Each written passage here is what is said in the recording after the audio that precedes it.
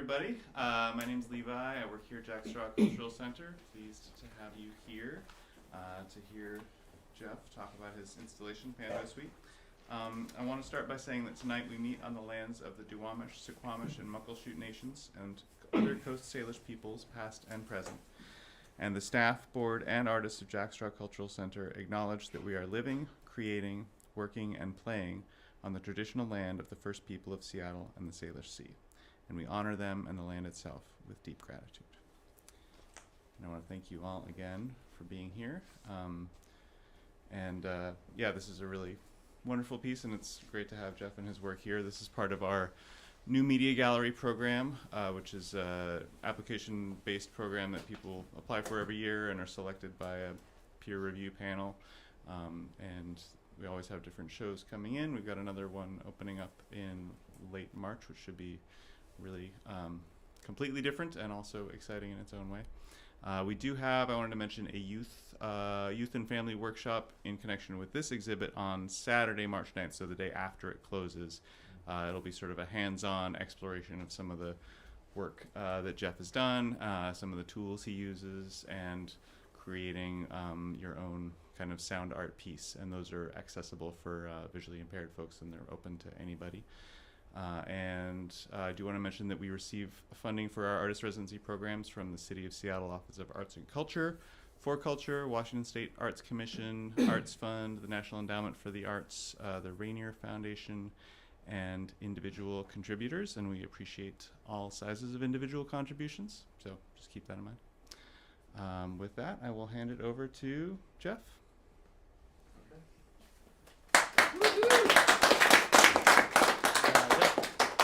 And thanks a lot for coming out. I really appreciate it, and I want to thank Jack Straw for supporting this exhibit. There aren't a lot of places like Jack Straw around. Actually, I don't know of any places like Jack Straw, and so I can't think of a better place to do an audio installation.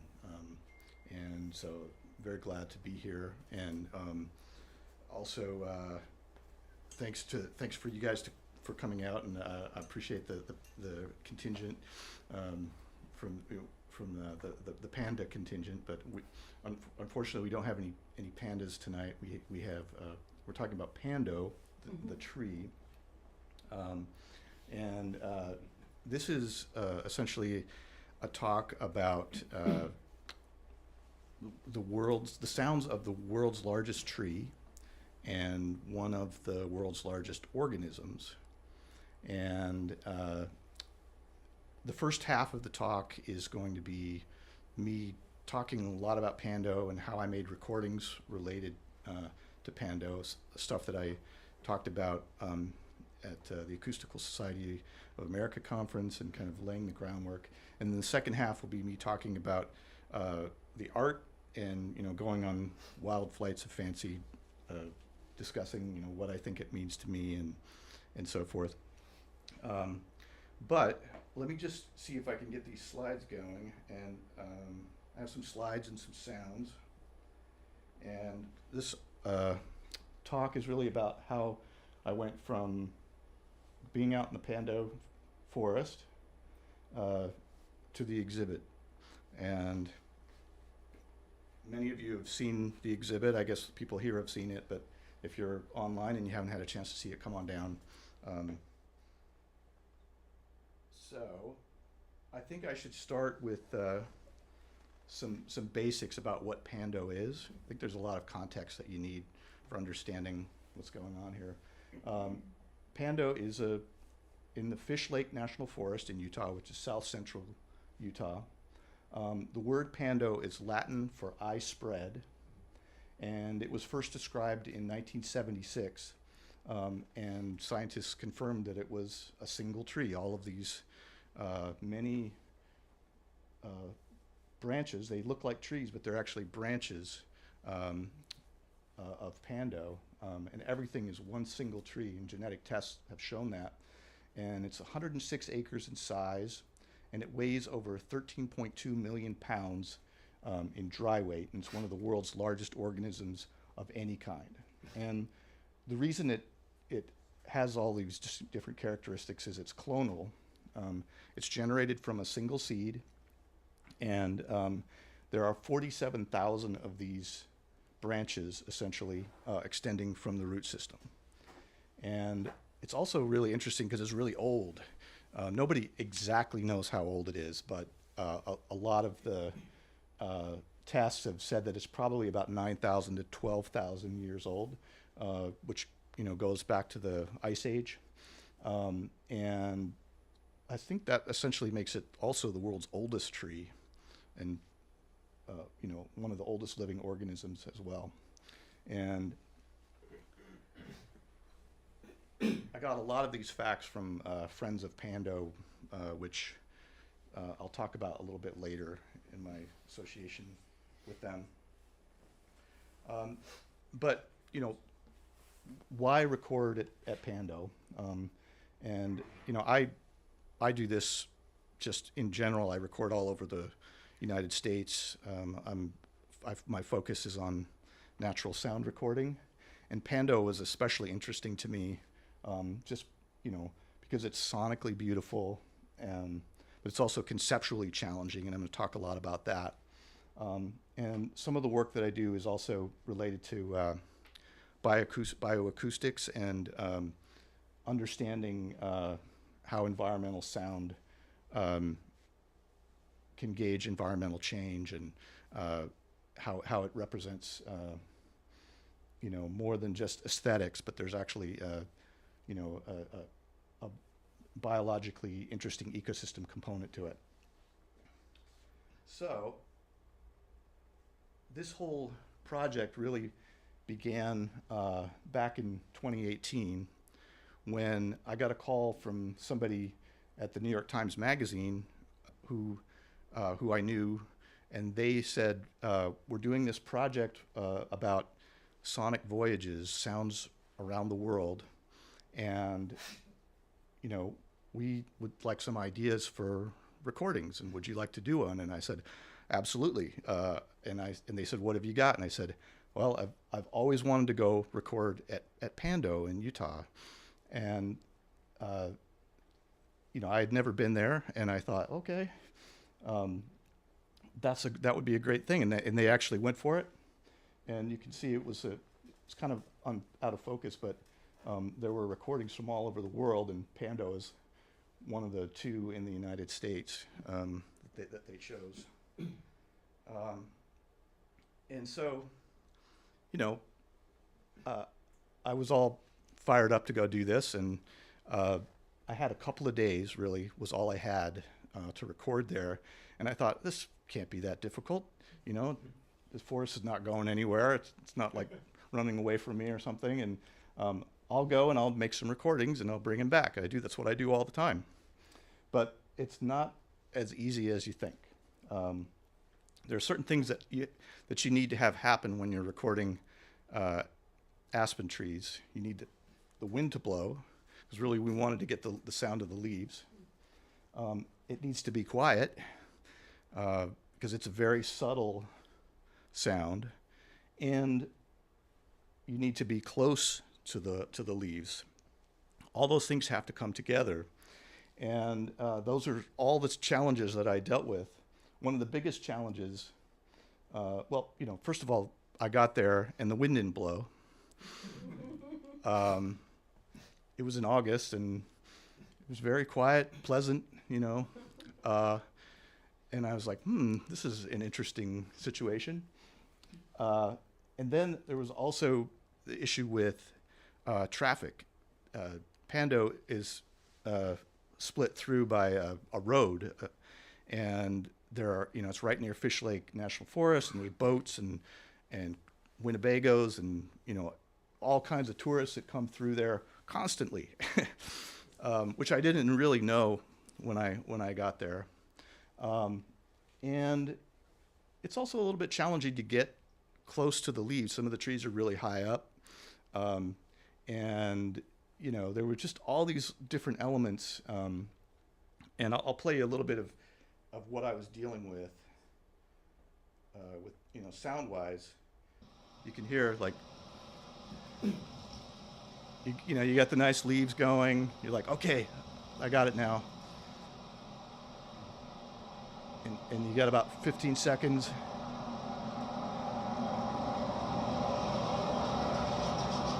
You know, all day long. I don't know how to.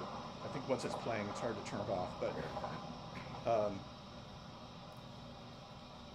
so, you know, I worked that forest really hard for a couple of days, and recording day and night, and having, you know, a lot of difficulty. And then finally on the last day, a thunderstorm came through, and the wind started to come up, and suddenly the leaves started moving, and there was enough low traffic levels that I was able to get what I needed and come back with it. But, you know, it was also kind of exciting trying to dodge lightning and, you know, get out of there safely. But I did manage to get the recordings that I needed. Let's see if I can get to the next slide. And again, I was focused on getting recordings of the leaves, and that's typically what I always thought about. What aspens, you know, that's what they sound like. It's the classic sound of the leaves, the static. And here's, you know, kind of a version of what ended up going on the New York Times article, which they had some not narration, but an interview that went over that. And you can go find the article online. And so, you know, that's typically what you would think you're going to hear. So I don't really know how to do this without just switching the slide. And this is the issue that came out. And was really happy to be part of it. And the issue actually won a National Magazine Award, which is pretty exciting. And you know, it was nice to be, you know, part of that whole thing.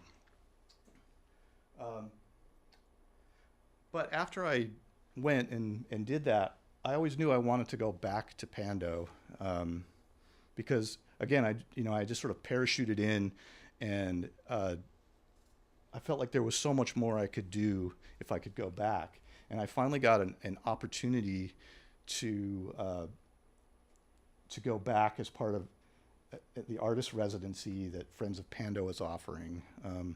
And that was in 2022. And a guy named Lance Odit, you know, brought me in and said, you know, I want you to do this. And so it was a great opportunity. And so I want to thank Friends of Pando for hosting me for that.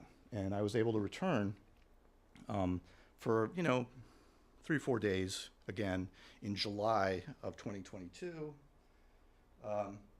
And I decided I wanted to record Pando from many different angles, not just the leaves. I wanted to, you know, get the sound of the bark and the sound of the weather and the birds and everything that I could capture. I made ambisonic recordings, and I attached piezo contact mics to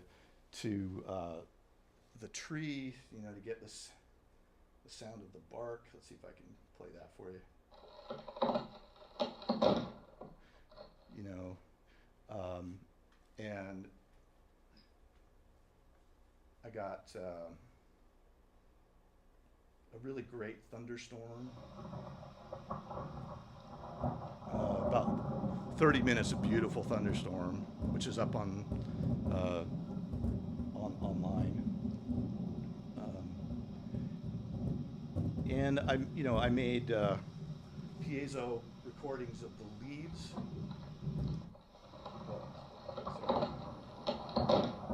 Now we're getting everything all together. It's cool.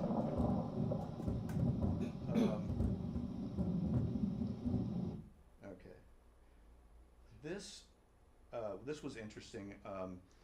Those piezo contact mics, you can see those little round things. They're about the same size as an aspen leaf, and so I like attached those to some of the leaves and got the sound of the rattling. Let's see if that actually works. So that's piezo mics attached to the aspen leaves, making that rattling sound. So it was an exercise in, you know, looking at Pando from all different angles. And one of the most exciting things that happened was, as I got there, I'm like, you know, I'm really interested in Pando's root system, and I've heard that you can record the vibrations of trees, and you know, that there's a lot going on, both, you know, above and below the tree, and so I got it in my head that I wanted to record the roots if I could, and I didn't know what that meant necessarily, but I got a hydrophone and walked around, and I'm gonna actually go to the next slide because I want to show you what I'm talking about when I talk about roots of the tree. Now this is what you'll see when you're walking through Pando. Is like sometimes the roots will stick out above ground, but how are you going to record that? You know, that's just, you know, we're walking around. I'm thinking, I don't know how this is going to work. But Lance Odet of Friends of Pando knows the forest really well, and he knew all these cool locations where roots were kind of sticking up, or I might have access to them. And you know, you can see how big that system is, 12,000 miles if laid end to end.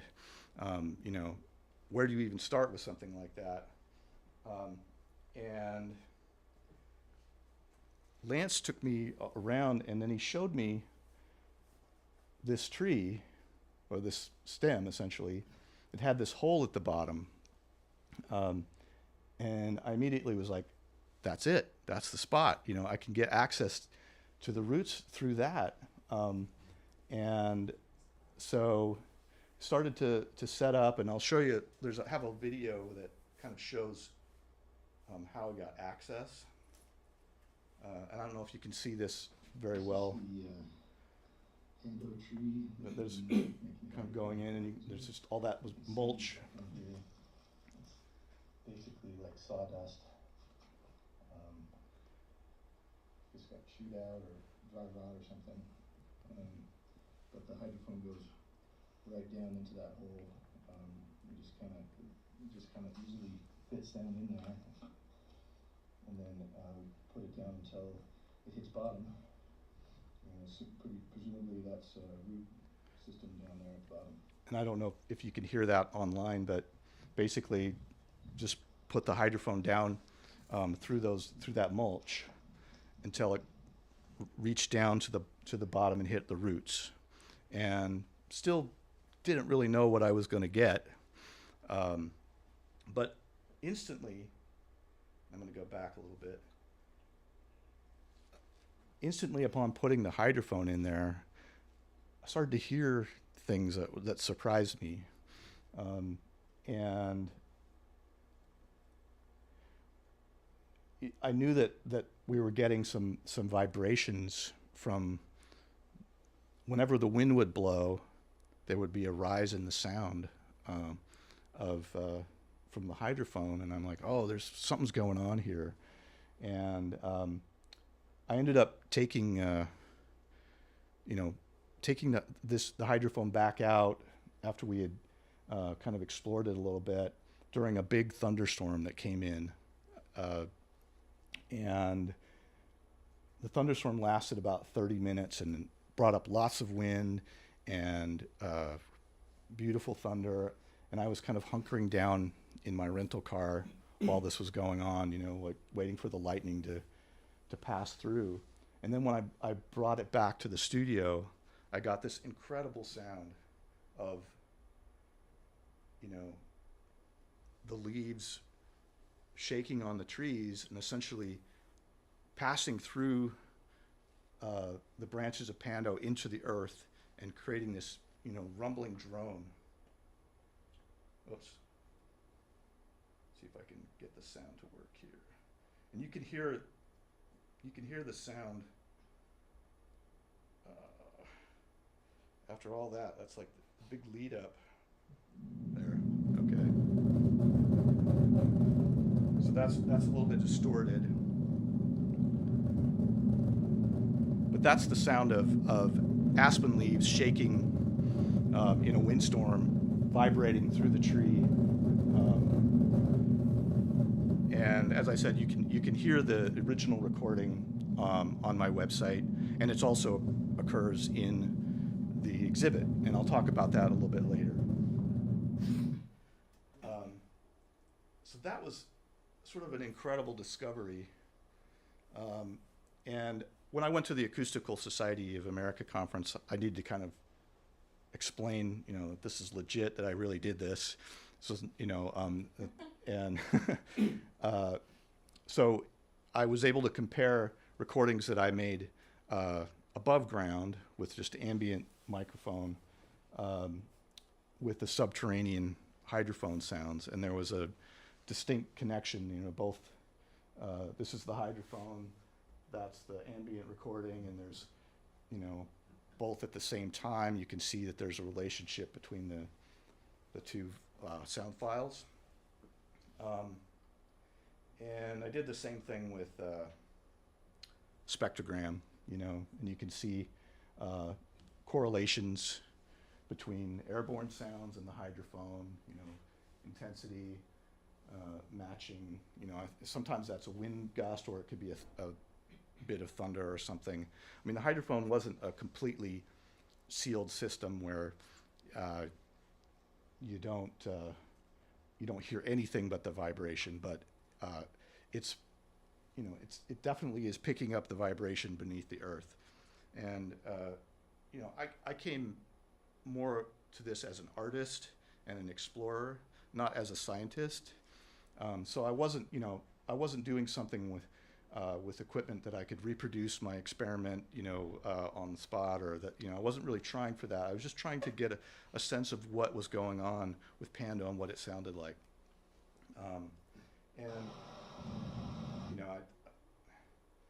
We also did some tests. It's like, well, are we really is this really the hydrophone that's making this recording, and is it really passing through the roots? And so we were able to kind of test that. Lance, who was there with me, essentially walked about 100 feet or more away from the tree where we were, and he started pounding on another tree, and you could not hear in the air the pounding sound, but you could hear it through the hydrophone that was down connected to the roots. So there's a really resonant environment down there, connected with the roots. Maybe some of it's the resonating ground, but it's definitely exciting to hear that transfer of sound from the leaves down into the earth. And it's kind of hard to hear this. This is a slide I used in the presentation at the Acoustical Society, and I had it really pumped up. And I'm not going to play it for you right now, but you can hear the little pounding. Those are the little marks where he was pounding on the tree.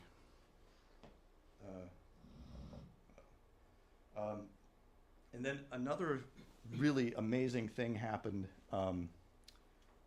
when I went back to the studio and listened to the recording of the hydrophone. I was just kind of sitting back and listening to this rumbling sound and going, this is really cool. And then all of a sudden, I just fell out of my chair because I heard this little voice talking into the hydrophone. And I'll play it for you right now if I can. It was like, I don't know, just listen to it if you can hear it.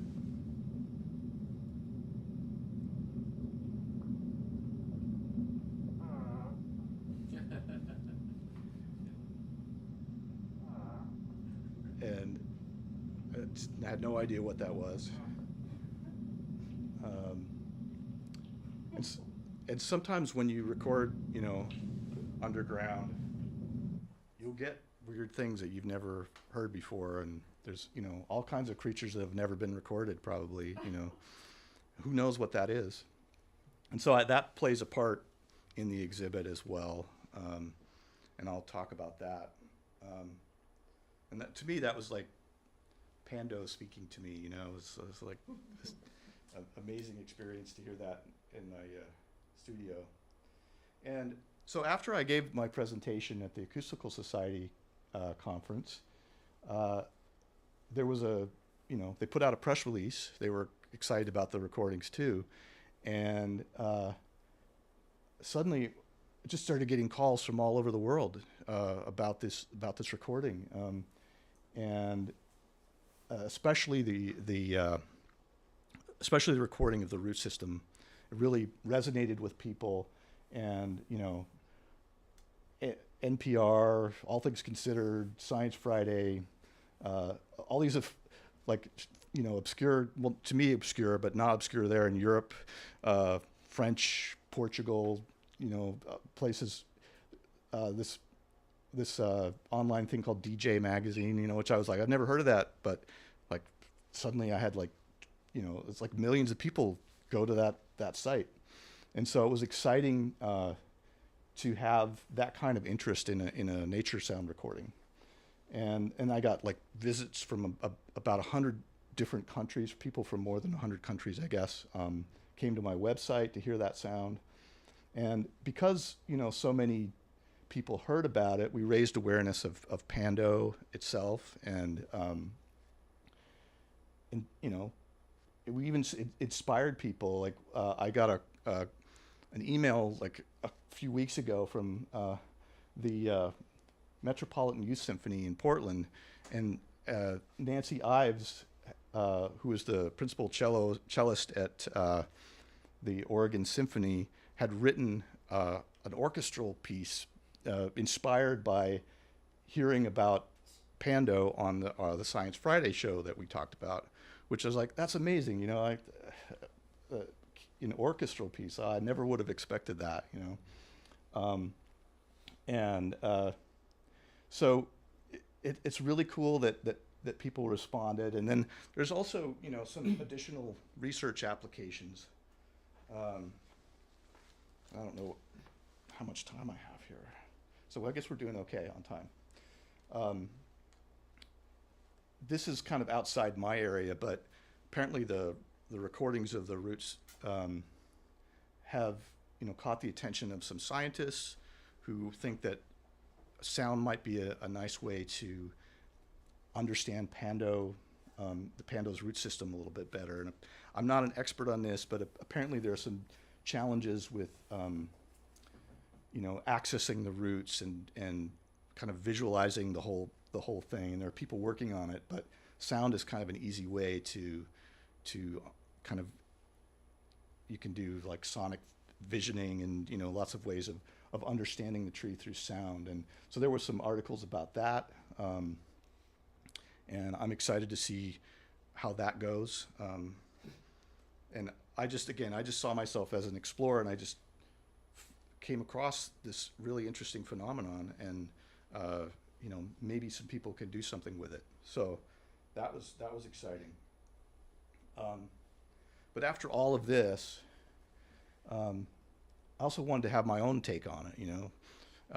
I think talking with the media was almost like a bit like performance art, or an element of the project that kind of informed my next steps. But there were certain reasons why I was interested in Pando, and probably the same reasons that a lot of other people are interested in it.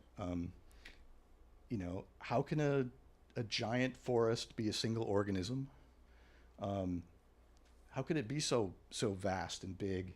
And what does it mean that it's so old? And to me, as an artist, or just somebody that was thinking about it, that spoke to me, as really fundamental questions about identity, space, time, and Pando, because of what it is, it really confronts you with that. You can't deny it. You have to think about it. And so that was what really inspired me to try to do some art and take it, the next step. And so the second half of this talk is really going to be about the concepts and motivations that led from Pando in the Thunderstorm to Pando Suite here at Jack Straw. And this is what, part of what the exhibit looks like, and I'll just kind of describe what's going on here. You've all seen it, but I'll talk a little bit about what's happening. So here you have a resonant cube made of aspen wood, and there's the sound of the roots is coming through that cube, and you can put your hand on it and feel the vibration of the roots system. And then over here is, connected to that, it's also a cube, a smaller cube that has mysterious sound inside of it. If you put your ear up to it, you'll hear that. And meanwhile, you've got video going of pixelated leaves, the sounds of the leaves coming from above, which are both sounds that are recorded in the field, ambient sounds, and also sounds coming from the video. And the hope is that when you get in there and you see it, it all comes together and connects in one big form. And I'll talk a little bit about why I called it Pando Suite. And that's just sort of right there is a sort of a little AI fun I was having with, you can, do little different interpretations of what the cube looks like and stuff. But I think the title initially referred to a suite of many different Pando recordings, because I had so much stuff that came out of that trip that I took in the recording trip. And I just had a lot of different works that I wanted to come out of it. So I thought suite is kind of a nice way to describe all of it together. But I also found that Pando Suite relates a lot to the themes of the exhibit itself, such as, one thing made up of many parts. And, if you look at the definition, a suite is a group of things forming a unit or constituting a collection, not just a piece of music, but also like a suite, an apartment, suite or something like that.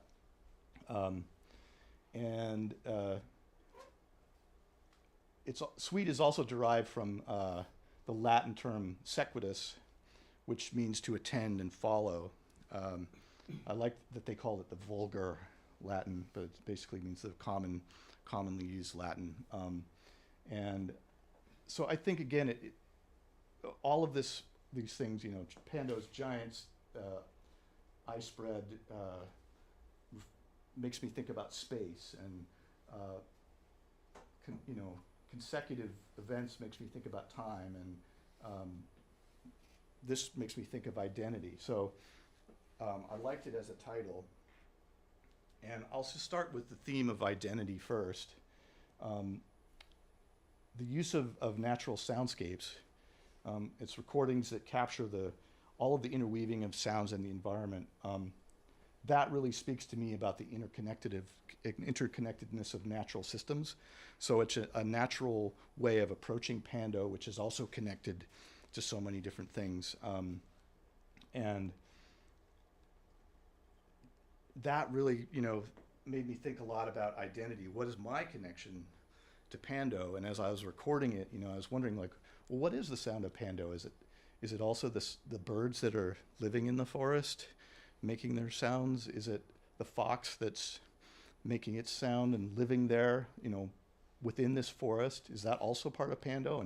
And am I part of Pando? As I'm walking through it, what is my connection to this giant organism? And so immediately starting to think about identity and, connection to nature. And And so I started to do some experiments with collage and different musical interpretations of Pando based on connectedness and cause and effect, which I really associate with identity. And it was kind of a lot of fun. I was using interactive computer software to play sounds of Pando that would then trigger other sounds. And some techniques were using feedback, and here's an example of one of the pieces,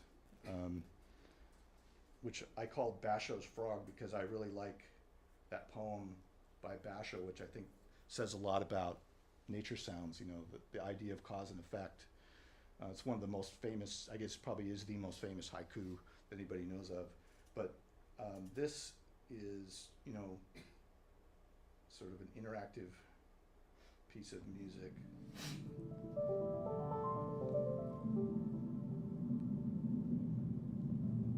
And that's the sound of the roots triggering an envelope follower that then triggers sounds that are playing a pentatonic scale, you know, I just thought it's kind of seemed pleasant, and I just let it go, and it's essentially the computer playing a duet with itself. It could go on for however long you want it to go on, and it'll always be different, it'll always be changing. And so I was just, you know, I hadn't even done the exhibit yet. And I was just thinking about a lot of these things, and I did, you know, several versions of pieces like that. And you can find all of that stuff on my website at ecosystemsound.com. But I don't know why I included this slide, really. This is just like, it's a nod to my old college days. These are the kinds of things that you think about when you're confronted with something like Pando, and you're theorizing and thinking, and I like that because Pando is in its oneness, really confronts our idea of Western duality, and, you know, our separateness from nature. And this is just an image of them chopping down the maypole in Hawthorne's Maypole of Merrymount, and, you know, just stuff like that. And it really, you know, informed my thinking about Pando, but you're not going to see any of this stuff in exhibit, you know, as part of the art project. But it's just, you know, it's there in the back of my mind. And I always think about this, when we're disconnected from nature, it's easier for us to destroy it, you know. And I think that's one of the biggest problems that we have right now in the world, is that we are destroying nature, and we feel disconnected from it. And so Pando challenges that. And then, okay, so the next step, I had to create the exhibit. And here's my disclaimer. This isn't necessarily what the exhibit means, but it's what motivated me to, you know, create it and do the things that I did. And so in the theme of space, originally I thought maybe I would just play the sounds in the space, you know. I mean, like, I got these cool root sounds, and maybe that's enough, right? You know, and I've done that before. I'm always fascinated by how, if you take a sound out of one context and put it in another, it can create, you know, completely new meanings. And you know, that's exciting to me. It's sort, you know, getting back to the whole, like, idea, you know, of conceptual art, or, you know, Marcel Duchamp, you know, put a urinal in an art space, and it became something completely different. The sound is, not the same exact thing, but it kind of, to me, it reminds me of context, by putting it into a different space. But here, I'll go back. But I decided to represent that space. I wanted something physical, like a cube. And I had that idea from the beginning. There was only one problem with that, which was that I'm terrible working with wood. I have no skills as a woodworker or a carpenter or anything like that. But I definitely wanted it to be aspen wood to connect with Pando. And so fortunately, I play tennis with a guy who happens to be really good at that. And his name's Bob Husky, and he made these beautiful cubes for me. Bob is an artist in his own right, and he really came through with these wonderful cubes made of aspen wood, and so I really have to thank him for that. And there were different reasons why I chose a cube. Again, I was talking about concepts of space and identity and time, and often a cube is something that represents concepts of time, or cubes can represent so many different things. I mean, there's the Lewis structure of the atom, and issues of this right here is a tesseract, which is how people represent the fourth dimension, which you can't really see. But this is a 3D representation of the fourth dimension, and it's basically a cube within a cube, although it's a lot more complicated than that. In the tesseract, that cube in the middle is actually the same size as the cube on the outside. So we're getting into some Doctor Who stuff here, if you want to do that. But so just visually and representationally, I thought the cube was really a great way to go. And again, this idea of Pando being so old, confronting us with these ideas of time, but also sound itself. I think of sound as being very four-dimensional. Everything is four-dimensional, really, but sound is like in your face four-dimensional because it fills up a space. It's moving, and you just can't separate yourself from the space and time components of sound.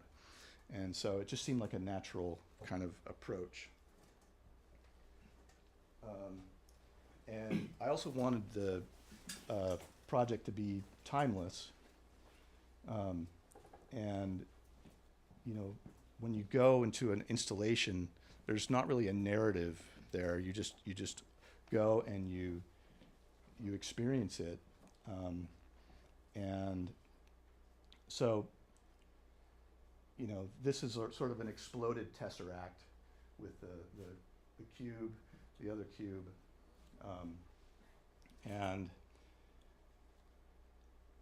this is the creature that's going out of here. And I don't really know what the creature is, and what it means. And I just think if you go and see it, you're going to bring your own understanding of what it is when you go in. And then the use of the cube is also kind of a bad pun on cubism, which also relates to the fourth dimension. And you can see this is a portrait of Dora Maar, and you see the eyes looking inward, but kind of moving in space and representing different aspects of space and time in a painting. And then, finally, I wanted to add some video to this, and thinking about why did I want a video in there, and I think it just felt like it tied everything together. And I didn't have a video when I started, when I, you know, applied for this project. So I had to go back last summer and take some more video of the leaves. And that was fine. And I put it all together and I started looking at it and I realized, seeing the leaves by themselves without any processing or just leaves up there on the wall was very distracting. I kept wanting to look at the leaves and connect them to the sounds, and I wasn't paying any attention to the other elements of the exhibit, and so I decided I need to make those leaves abstract, and I thought, well, let's go with the cube theme, and so when I did that and I put it up on the wall, I could tell that was what I wanted. That was how it worked, and so it was a sort of a organic process of coming up with that video. But that's and then I also liked when I projected them on the walls that there was a sense of a book. When you see the videos unfolding like that. But the idea is for you to bring your own story to the exhibit. When you go in and you see it, and I hope that people will have different interpretations. And I've been excited by the different ways people have interpreted it. And so that's really kind of what it's about, is finding your own story. And so I would like to, thank Jack Straw and Friends of Pando and all of the organizations that kind of led up to this exhibit. And I think the idea is to leave a few minutes for questions, if anybody has any questions, or just to give you a merciful chance to stretch your legs and think about something else. Did anybody have any questions? Yes, Michael. You said that Pando is one of the biggest organisms in the world, and I'm just wondering what could be bigger. Right, that's a good question. So for a while they thought Pando was the biggest organism in the world, but then they found the humongous fungus in Oregon. It's a giant fungal mat, which they have determined is bigger in dimensions than Pando, and it's all one organism. But I think Pando's heavier. I mean, if you really want to get into the whole, competition. That's what I was wondering. I was guessing there could have been a bigger fungus, but that it wouldn't have weighed more. Yeah. But that's going to be my next recording project. Is I want to see if that fungus makes a sound. I don't know.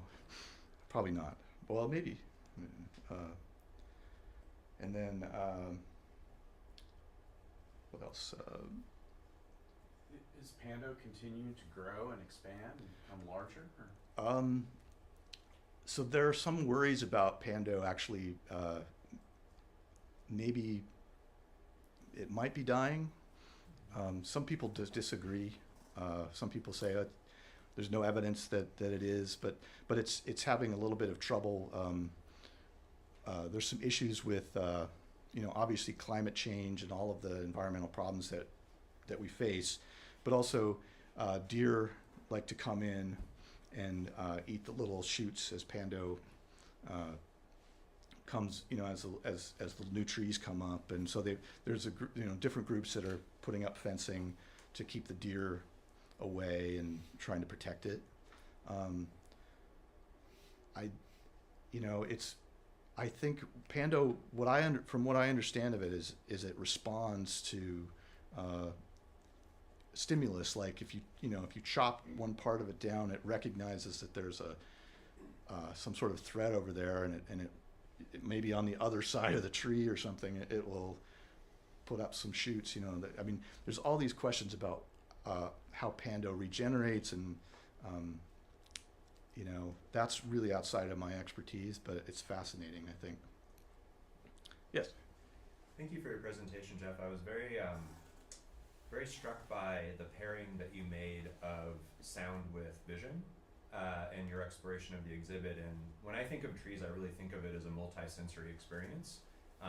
You know, the smell of the trees and the touch. And I was just wondering if, in your exhibition process, if you had kind of thought of other extrasensory types of ways of being able to interpret your experience.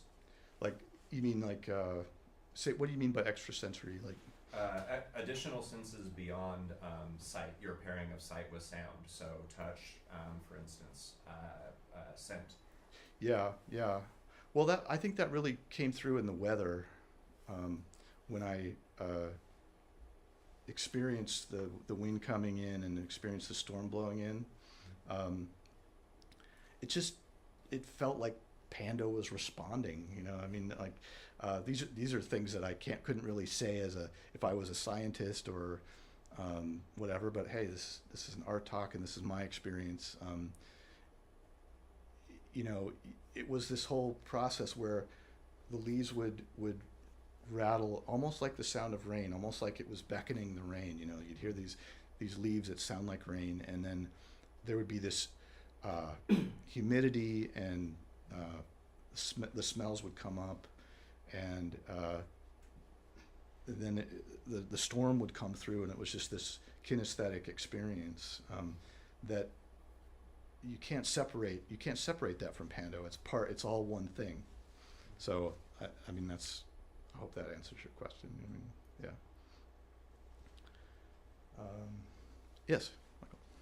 You mentioned that Pando is in a recreational area, and there's a lot of recreation going on, people coming in and out. Are any of them coming to see the tree, you know, to be in the aspen? And if so, are they aware that are they just like, oh, look at these beautiful aspen that we're in this beautiful aspen forest? Or are people there aware that they're in this remarkable tree? You know, I mean, are people there to see Pando? I think a lot of people do come to see Pando, you know, but most of the people are there to go fishing at Fish Lake, and, you know, take their boats out, and it's a beautiful place. And Pando is, you know, it's an aspen forest, and I think a lot of people actually think that they can't go in there because there's fences, you know, all around. But you can go into the fences. You can go into Pando, and definitely, you know, I think it's a great experience. But I don't really know how many people go there, but I know that it's got this. Definitely, people were interested in the sounds, and it's like anything that's the largest in the world or one of the largest. People are fascinated by that. It's like the largest ball of twine, and you know, somewhere or whatever. You know, people want to go and see it, and they want to get their picture taken next to it, right? And Pando is like that. Yeah. Yes, Joe. Yeah, so I guess I'm not completely clear on this, but if I see aspen, how unusual would it be for every tree I see to be part of the same organism? You know, so how unusual or usual is Pando? Is it Right. just the size or the? That's a great question. I mean, because aspen don't have to be clonal. Not all aspen are clones, but most of them are, I think. A lot of them are. Some do go with the, you know, just the seeds and so forth. But so if you see, you know, I think they just know that Pando is really big because they've done genetic tests on it, and they've figured out that these trees are all identical over this wide swath of area. And so there are many different aspen forests out there that are probably similar to Pando, but not as big and not as old. And so you can have this experience in other aspen forests, you know. Yeah, Levi. But maybe not the root thing. Right, yeah. I mean, it's just Pando's big, you know. And I think, do we have to wrap it up? No, I have a related question. Oh, you do? Which Okay. Is, they're pretty common trees around here, and I guess most of them you see are just kind of singletons or one or two, but like, do you know of any local kind of groves, monoclonal likely, groves around the Seattle area where one could I don't. have a bee panda? I know that there are some aspens in the South Sound. You know, I know that there are. Yeah, you said. Maybe you know. There's a large clonal grove by Sacagawea Park, if you know where that is, in Maple Leaf. So there is a grove. There here. is, very In small. what is it called? Sacagawea Park, it's a very small park in Maple Leaf, and it's like on the border with with the school, but very small, not like this. But Sacagawea Park. Yeah. Yeah. So yeah, they're all, and aspens are actually like one of the most common trees in the world, I think. They're all over North America. Typically, you find them in high elevations. I grew up in Salt Lake City, and I used to go up in the mountains and experience aspen trees. It's really part of my, one of the favorite things I love about the mountains. And so I've always loved aspen trees. I've always loved the sound of them, which is probably why I was drawn to Pando in the first place. So yeah, and there's the quaking aspen in the United States is a little different from the aspen in Europe. There's also one over there, but there's a lot of trees that are related. And I really like the name of the aspen tree, which is Populus tremuloides, which basically means trembling people or person or something. But it's the sound and the trembling of leaves is ingrained in the name itself of aspens. So, yes. You mentioned that there was a road that went through the forest. Does it actually go through Pando itself? Like, so Yeah, it bisects it. like a Pando was cut. Yeah, and Do that's you have a feeling or a sense like Pando is injured or Pando responds to that? yeah, that's a really good question, and people don't know how the road has affected the grove. Like, is the root system still connected on one side of the road with the other side? How has that affected it? I know that it's really loud, and you can hear the road, you can hear the cars and vehicles coming through from a long ways away, especially in the hydrophone. It's really loud, rumbles the whole thing. And one of the things that the scientists are interested in doing is using, we thought, there'd be an interesting experiment to see if you could make sounds on one side of the road on the roots and then hear them on the other side. Could you verify that the roots are still connected under the road? And I think maybe people are actually doing that. Yeah. But that road is Pando's still Pando. It's still beautiful and everything, but the road is a significant issue with Pando. Yeah. Sort of along those lines, I've heard a lot of like biodiversity monitoring with sound, in airborne sound, but have you heard of studies like for whether it's like soil health or different ways of monitoring the health of the environment through subterranean sounds, like in terms of, I don't know if you're hearing different microbes or I think you would need to talk to Lance Odit, the guy who I was working with from Friends of Pando. He knows everything about the tree, and he would have answers for you like that. My knowledge is kind of limited on the science of it, but good question. Yeah. And I think we are probably up against, it's 8 o'clock, and I think they're gonna want us to conclude with that.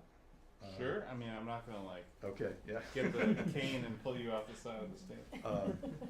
But I just, any more questions? I just wanted to thank you all for coming and appreciate it. Awesome.